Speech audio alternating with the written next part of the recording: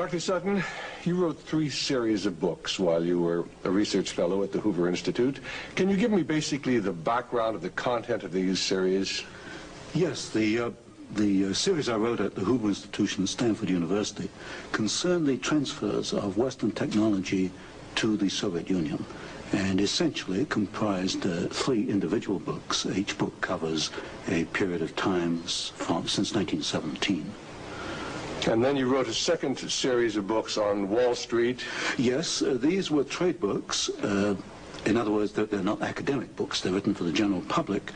They concerned the build-up of the 3 types of socialism: Bolshevik socialism in Russia, what we might call welfare socialism in the United States, and Hitlerian or National Socialism. And each book examines the financing and the contributions made by Wall Street, by international bankers, to the development of that specific form of socialism. Now, in your research and analysis, and your efforts to bring out the facts about what was going on in our society, did you encounter any effort to discourage you, to prevent you from bringing out the background of America's involvement in the financing of international communism? Yes, very definitely. For example, when I was at the Hoover Institution, in 1972, I went to Miami Beach to give some testimony before the Republican National Committee. And although a congressman had hand-delivered to the wire services this testimony, which was later printed, the wire services refused to transmit it to the newspapers. Then when I got back to the Hoover Institution in California, I was called into the office of the director, and I was told in no uncertain terms not to make any more speeches like that, and that this information should not be made public. This was the information that we were giving the Soviet Union the technology to develop its war potential? Oh yes. At that time, we were in Vietnam, and as you know, the Soviets were supplying the North Vietnamese. This was 1972? 1972, yes. And for example, I knew that the Gorky plant, which was built by the Ford Motor Company, the Gorky plant in Russia produces the Gaz series of vehicles. The Gaz vehicles had been seen on the Ho Chi Minh Trail. We were supplying equipment to the Gorky plant in the middle of the Vietnamese War, and these trucks were being used to carry ammunition supplies, which were killing Americans. I thought this was morally wrong, and I said so at Miami Beach and at the Hoover Institution. And it was this type of information that was suppressed. And so what eventually happened as far as your activities at the Hoover Institution were concerned? Well, I didn't pay much heed to the warnings. I published a book called National Suicide in the following year, which summarized our assistance to the Soviets, our military assistance to the Soviets. And when that book came out, again, there was great pressure to stop the book. There was pressure on both the publishers and me personally. And I felt I couldn't take this, and a few years later, I just left the Hoover Institution. And since 1975, I've been an independent author without any ties whatsoever. Let's go a little bit into the background of the financing of the German war machine that we fought in the period 1941 to 1945. Could we start, first of all, with the original financing of Hitler between 1922 and 1923, when he was first making his effort to come into prominence in Germany? The original financing of Hitler, that's in the years 1922, came only partly from Germany. One of the most prominent Americans concerned with financing Hitler was Henry Ford. In fact, Henry Ford received a medal in 1938 for his assistance to the early Nazi Party. Then, of course, Hitler had his attempted push in 1923. He went to jail, and then we begin another era in the rise of Hitler. Right, and of course, he eventually came to power in 1933 by the electoral process. What about the financing of Hitler's electoral activities in 1933? This I can trace. I have traced it very exactly. I discovered amongst the Nuremberg records a series of bank transfer slips to the Delbrück-Schickler Bank in Berlin to an account which was under the control of Rudolf Hess. And this was the fund that was used to finance Hitler's access to power in March 1973. And amongst the corporations that transferred money to Hitler, I find not only R.G. Farben, which is quite widely known, but also German General Electric, AEG, which is under the control of General Electric in the United States, or was at that time, and companies like Osram and... Now, what was the tie-in between Osram and General Electric? The tie-in was a share tie-in. International General Electric in the United States had controlling interest in German General Electric, and also through share interlocks, a controlling interest in Osram in Germany. So then we have Ford and we have General Electric helping to finance Adolf Hitler's rise to power. Were any other large American corporations involved? Very definitely. Standard Oil, through its technical association with IG Farben, for example, Germany could not have gone to war in 1939 without tetraethyl. You need tetraethyl to raise the octane value of aviation gasoline. Germany had no means of doing that. This was developed in the ethyl laboratories in the United States and transferred to the Germans. Standard Oil came up with the hydrogenation idea, which was very essential for Germany in the 1930s, because to raise the quality of its gasoline for aviation purposes. This was transferred to the Nazis. And ITT, for example, International Telephone and Telegraph, was very intimately associated with the Nazis through Dr. Schroeder, who was head of the ITT subsidiaries in Germany. And ITT controlled companies which made not only electrical instruments, but also the Focke-Wulf plant, which made airplanes, fighter airplanes.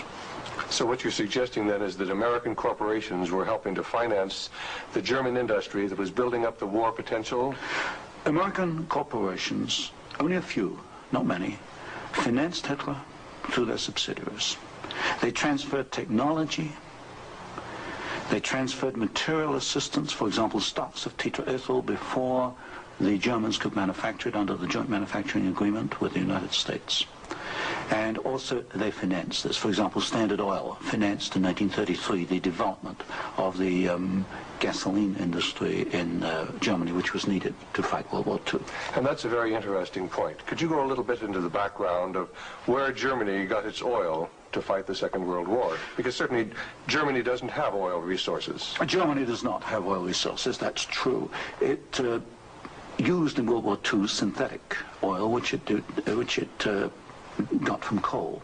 And the basic technical processes for the development of oil from coal came from the United States, from essentially from the Standard Oil laboratories, which had this technical assistance agreement with IG Farben. And of course IG Farben contributed something like 60% of the explosives needed by the German Wehrmacht, probably about 40–50% of the gasoline needed by the Wehrmacht and by the German Air Force, the Luftwaffe. And was there a definite interlock between IG Farben and Standard Oil?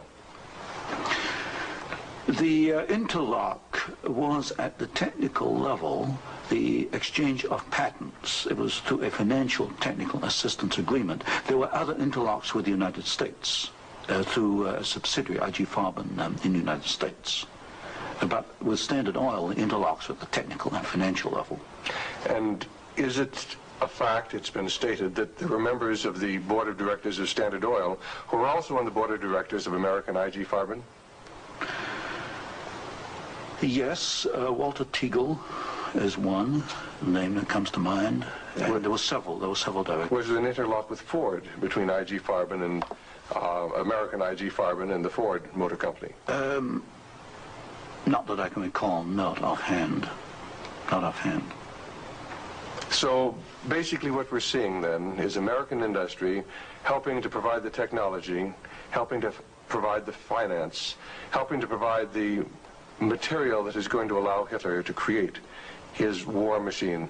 Yes, that is correct. That is correct. Now, in your book, Wall Street and the Rise of Hitler, you talked about the bombing patterns during the Second World War, and the fact that it was amazing that there were certain factories that were not bombed, whereas the majority of the German factories were decimated, German-owned factories. There were certain factories that tied into this interlock we've already alluded to, that for some strange reason seemed to escape the devastation of our saturation bombing. In World War II, the German electrical industry was or should have been a prime target for Western bombing. But in practice, the German General Electric plants were not bombed. Of the 10 major plants, not one was bombed, and a half a dozen others had trifling damage, broken windows, that kind of thing. So what we have here is a very interesting case of an industry which should have been bombed in World War II, but was not bombed, and yet we have American ownership, which raises a certain amount of suspicion as to why it was not bombed. But as far as the German-owned electrical companies, did they undergo a rather heavy bombing? I took a look at that. The Siemens plant, for example, they were bombed. There's no question. But the industry was not targeted as a general target. So Siemens, for example, was not bombed as heavily as, say, tank plants or aviation plants, that kind of thing. You mentioned the Ford plant in Cologne. Was this a prime military target? The Ford plant in Cologne should have been a prime military target. For example, the British Air Force, the Royal Air Force, did bomb the Ford plant at Poissy in France.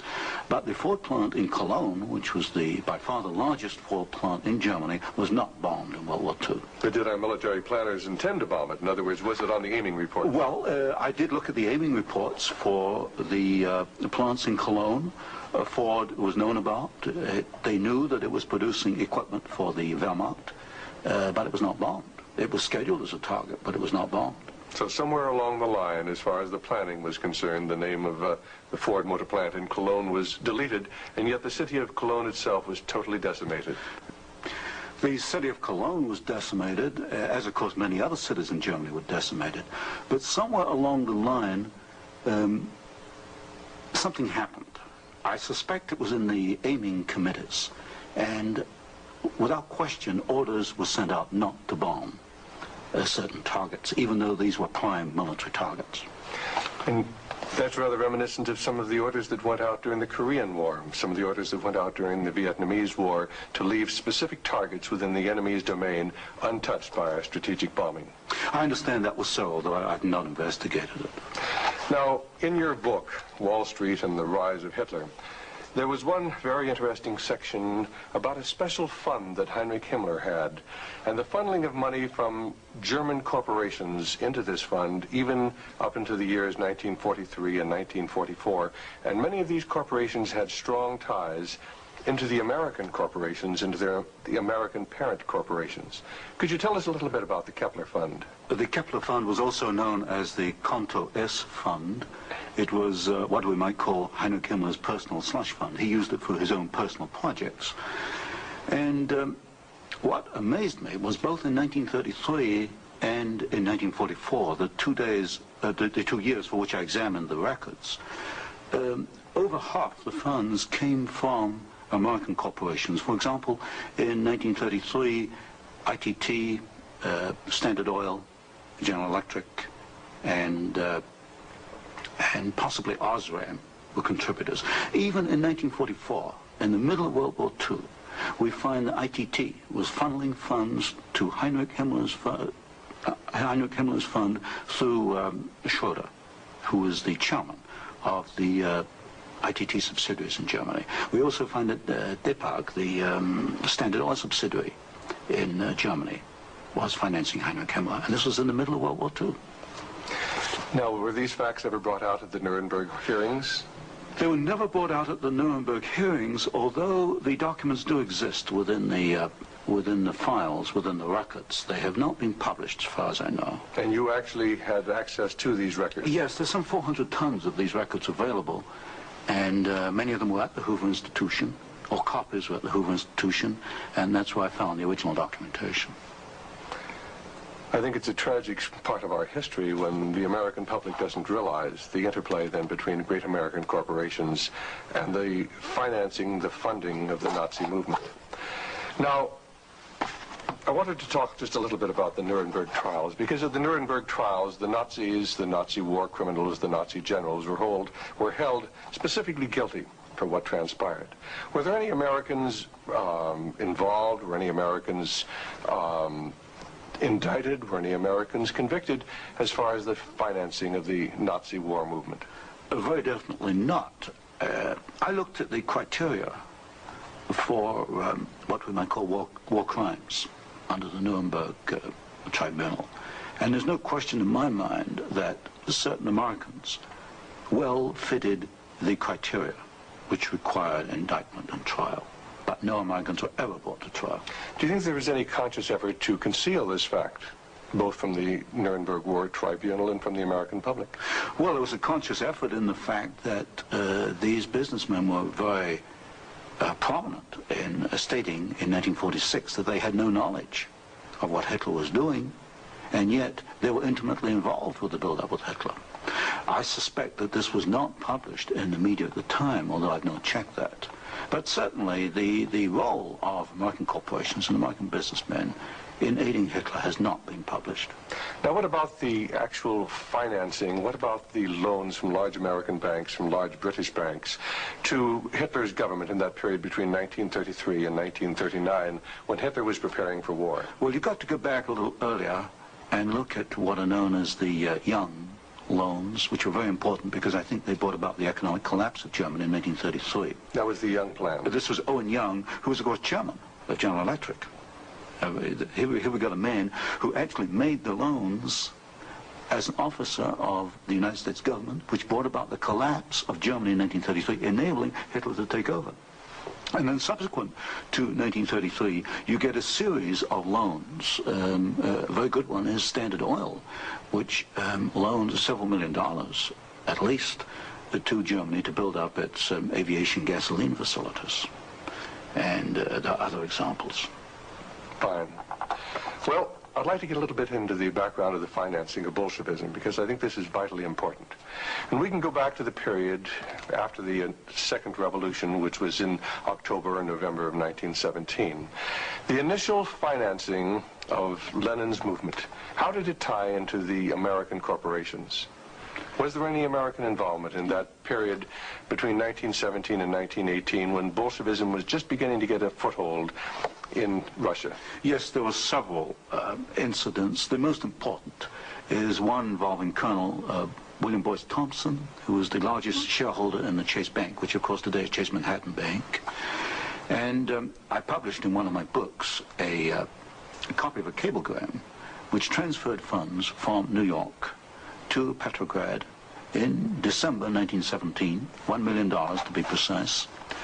And Colonel Thompson made the statement later that this $1 million was given to the Bolsheviks to consolidate. They had just begun to take over Russia. They only controlled Moscow and Petrograd at that time, to aid the control that the Bolsheviks were extending in Russia. This is a very clear case. $1 million, American funds transferred through an American Wall Street intermediary to the Bolsheviks. And didn't you publish that document here in Wall Street and the Rise of Bolshevism? I published two statements. One is a copy of the cablegram, and the other is a copy of the news clip of the statement made by Colonel Thompson at that time that he had made this contribution. Now, why would an American capitalist, an American financier, help to aid Bolshevism? The only answer, and of course this puzzled me for years, you know, why? Because we understand there to be an opposition. And the only answer I can come to is one of captive markets. The United States did not want another United States in the world. And of course, if you look at the world map, Russia is 2 or 3 times larger than the United States. Imagine this as another United States, as another competitor to the United States. What the United States wanted, or Wall Street wanted, was a captive market. And of course, socialism is a captive market because my earlier studies at Stanford University have brought out the fact that a socialist system cannot innovate. It's got to import innovation and technology from the West. And so I think the aim behind this was to encourage the development of Marxism and other types of socialism, because this would give these Wall Street bankers control of a world market, a captive market.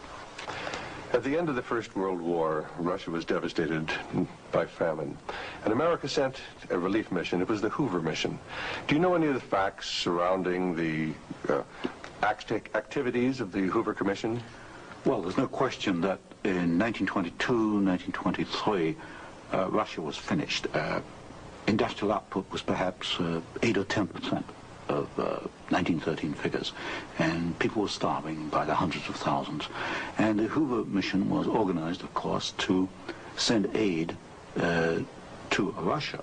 But most of the aid went to the Bolsheviks, who controlled really quite a small part of Russia at that time. Only a very small part of the aid went to the White Russians or to the Far East. And then after 1922 and 1923, Lenin instituted something known as the New Economic Policy, or this series of 5-year plans. Can you tell us about the 5-year plans and the part that the major American corporations, major world corporations, played in building up the Soviet Union? Well, there are two separate phases here. The new economic policy was started in 1923 by Lenin, and I found, and I published this in my first book from Stanford, that every single Russian industry was rebuilt or restarted by foreign corporations, mostly German, British, French, and American. By 1928, Russia was back to approximately its 1913 industrial output. And at that point, she began to think of these grandiose 5-year plans. And in 1928, Gosplan, which is the Russian government planning commission, actually designed an initial 5-year plan, but this was thrown out, it was inadequate, and American corporations were brought into Russia. And the first 5-year plan and the second 5-year plan were actually designed in the United States by American corporations. And what were these corporations? Which ones specifically were involved in? The design of the first 5-year plan was by a corporation probably not known to most Americans, Albert Kahn. But Albert Kahn was the foremost industrial architect in the United States. And Albert Kahn laid out the basics of the first 5-year plan for the Soviets. And then we find, again, the same corporations involved with the construction of the plants. International General Electric, most certainly, DuPont, Ford Motor, Hercules Motor, Curtiss-Wright in aircraft engines, and even some corporations which today were forgotten about, like Valti and Chance Vought. These were aircraft manufacturers at that time. And so American corporations came in and they built the first 5-year plan. But what was important, the Soviets then copied these plans, and this accounts for the tremendous Russian output. They took this initial equipment and they multiplied it, they copied it by the 100. Now, how about Ford Motor Company? Did they play a part in the building up of the Soviet potential? Very definitely. Ford Motor Company built the Gorky plant, and the Gorky plant produces the GAZ series of vehicles, that's GAZ, and these are trucks, and there's some automobiles. And right from the early 1930s, you find that the GAZ plant has had military potential, and Ford knew that when it went in and built the Gorky plant. And we know it because I found statements to this effect within the State Department files. Sometimes we hear the name Averell Harriman. Did he play a part in building up the Soviet technology? Very definitely. In fact, Averell Harriman came out of the Soviet Union financially at a profit. He took over the Georgian manganese concession in the early 1920s. Got this back on his feet for the Soviets, and manganese became a prime export for the Soviets, and so they were able to sell this abroad, get foreign exchange, which financed their industrialization. And then they bought out Harriman about 1929, and Averell Harriman received as compensation $1 million more than he put in the first place. How about Armand Hammer of Occidental Petroleum? Armand Hammer is a very interesting example. Armand Hammer received the first foreign concession in 1922. In asbestos in the Ural Mountains. And he also conducted for the Soviets a number of other enterprises, right down to pens and pencil manufacturing, for example. But Armand Hammer is interesting because his father, although Armand Hammer today is chairman of Occidental Petroleum Corporation, his father was Julius Hammer, who in 1919 was Secretary General of the Communist Party USA, which emphasizes the argument I made throughout my books, that at the top level, there's no difference between your top communists and your top capitalists. They interlink. You've got Armand Hammer, chairman of Occidental Petroleum. His father was Secretary of the Communist Party USA in 1919. So it's basically a power grab. It's a power grab, an international power grab. Now, during the Second World War, why, Russia was pretty well decimated once again by the German forces. What part did the American Lend-Lease program play in building up Russia's industrial capacity after the Second World War? Well, Lend-Lease built up Russia's capacity, modernized it, and expanded it during World War II. And there was some continuation all the way through perhaps to 1948, 1949. There was a program after Lend-Lease, which was supposed to be restricted to foodstuffs and industrial materials, but in effect, I checked the records in the warehouses in Suitland, Maryland, I find that even after World War II, and this was against the intent of Congress, I suspect, there was a massive transfer of the latest industrial equipment to the Soviet Union under the so-called Lend-Lease program. Now, in 1948, there was a fascinating book came out by Major Racy Jordan, in which he talked about American aid to the communists as far as their ability to build nuclear weapons. Did you ever have an opportunity of verifying the facts that we had given them the heavy water, we'd given them the wherewithal to build their atomic weapons? Well, as part of the work I was doing at Stanford, I did investigate the shipping documents for Lend-Lease, and I took a sample of these documents and I checked them against Major Jordan. And broadly, Major Jordan was correct within, say, about 5%. And Major Jordan, of course, made the charge that we had shipped materials to the Soviets, 1944 and 1945, which were later used in their atomic program. There is no doubt he is correct. We shipped heavy water, which is essential, but we shipped other items which are perhaps less obvious to the layman. We shipped, for example, aluminum tubes, and aluminum tubes are essential for atomic energy development. We shipped graphite, and graphite is another essential component. So generally, as far as I could check, and I checked the original government Lend-Lease document, General Major Jordan was correct. Now, as the years have gone by, of course, we see a growing Soviet nuclear threat. The Soviets now have MIRV missiles. Can you get a little of the background on how the Soviet Union, which really didn't have the technology to develop those MIRV missiles that threaten our cities today, how were they able to develop the MIRV capacity?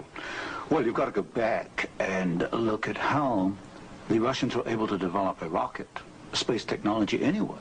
What they did after World War II was American forces were held back for a while the Soviets occupied East Germany. They stripped East Germany. They took back the latest of the V-2 rocket technology from Peenemünde and other places. And the V-2 became the basis of the Russian space technology. Now, if you skip the intervening years, you will find when you come to the early 1970s that the Russians did not have the capability to MIRV their missiles. And in particular, they lacked the ability to produce the very precision, micro-miniature ball bearings that are needed for the control systems. There was only one company in the world, Bryant, Chuck and Grinder, which could make the machinery which machines the races within which these ball bearings run. And without those races, you just cannot make MIRV missiles in any quantity. You can make one off, but not in quantity.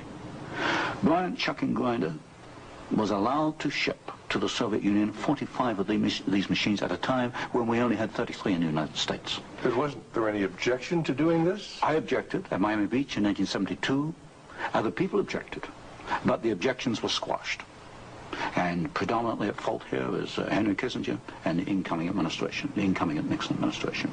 This was known, I'm sure it was known in DOD. If I knew it, then certainly DOD knew it. But the objections were squashed, and there was suppression of the information. And so once again we see America building up the military capacity, the nuclear threat from the Soviet Union. Well, this goes, when you talk about MIRVing of missiles, you're talking about a quantum jump in your military technology. Now, I'm not a military man, but to me, the ability to do that is a massive leap forward, and we enabled them to do it, and we did it knowingly and deliberately. During the Vietnamese War, the Soviet Union and the Eastern European satellites were the primary suppliers of war materials to the North Vietnamese who were killing American boys in South Vietnam. Would you comment on our aid and trade with the Soviet Union and with the Eastern European satellites during that period of time? Well, there's no question that the Soviets were the prime suppliers of military equipment and supplies to the North Vietnamese. Let me give you an example. the American pilots, as they flew over the Ho Chi Minh Trail, described the trucks that they were seeing as American trucks. Well, they were American trucks because they came from the Gorky plant, and Gorky was built by Henry Ford. And so you have the situation where we were, in effect, supplying both sides in the Vietnamese War. But the trucks were being built by the Soviet Union. However, were they getting any materials from the United States to help build those trucks? Yes, in the early 1970s, I know specifically of shipments of equipment into the Gorky plant while the war was going on, which, in effect, were aiding the Soviets to build more trucks to be used by the North Vietnamese.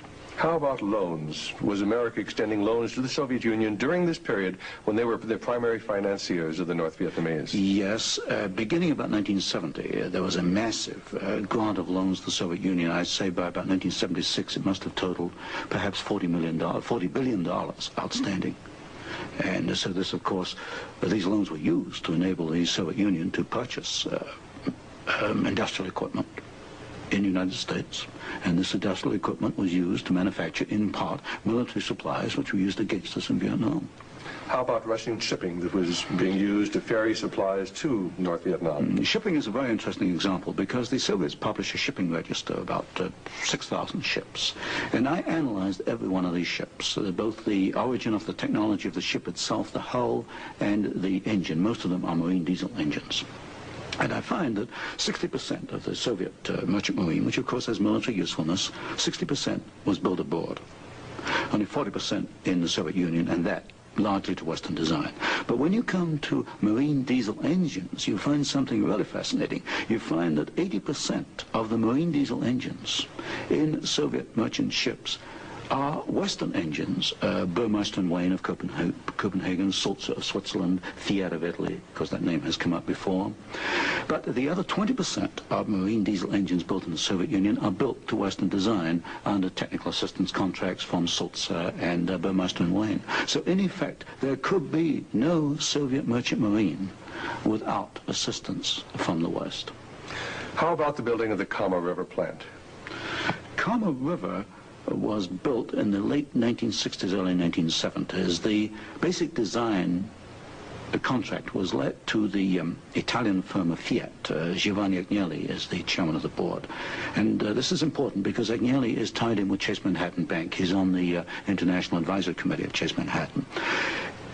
What caught my attention was that Fiat does not manufacture automobile manufacturing equipment. All the Fiat plants in Italy contain American equipment.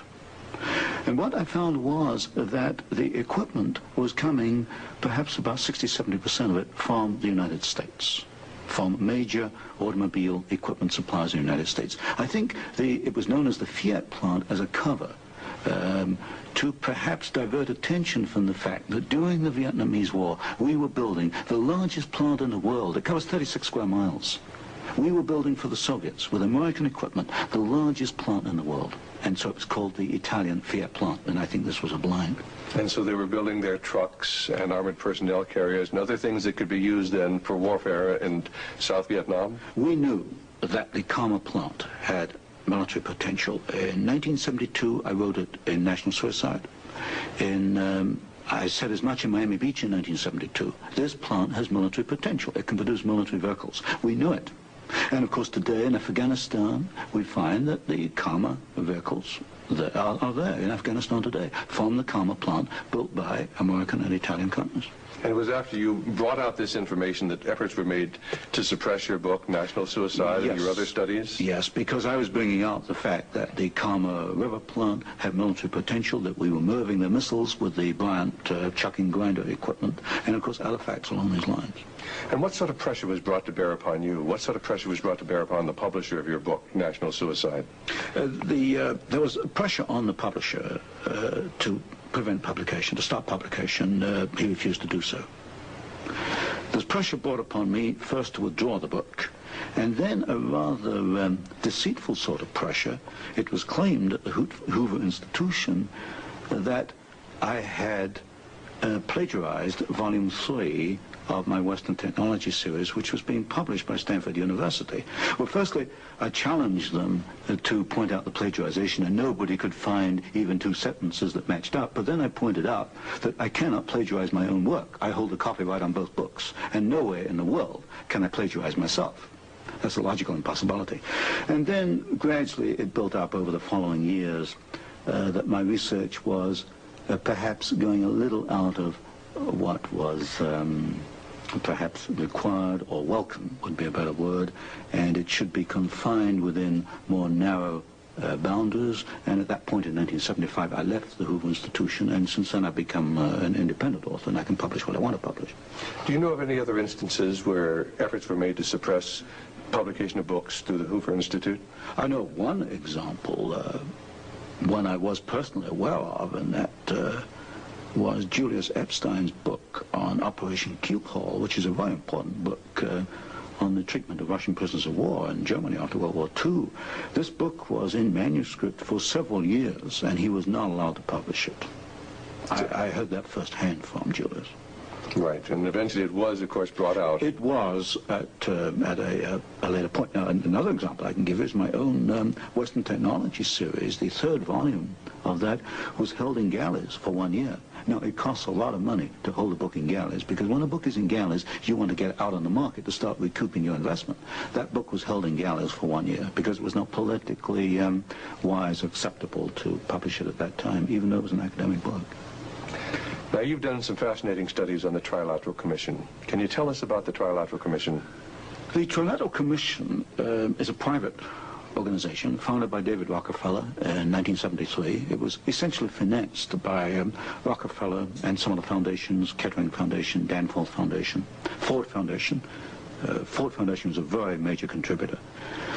And the stated objective is to encourage discussion amongst what they call the trilateral regions. I should point out that of the 300 members, 1/3 come from the United States, 1/3 from Japan, and 1/3 from Europe. But in effect, I find that the actions of the Trilateral Commission are very much self-interested on the part of the international banking community in New York.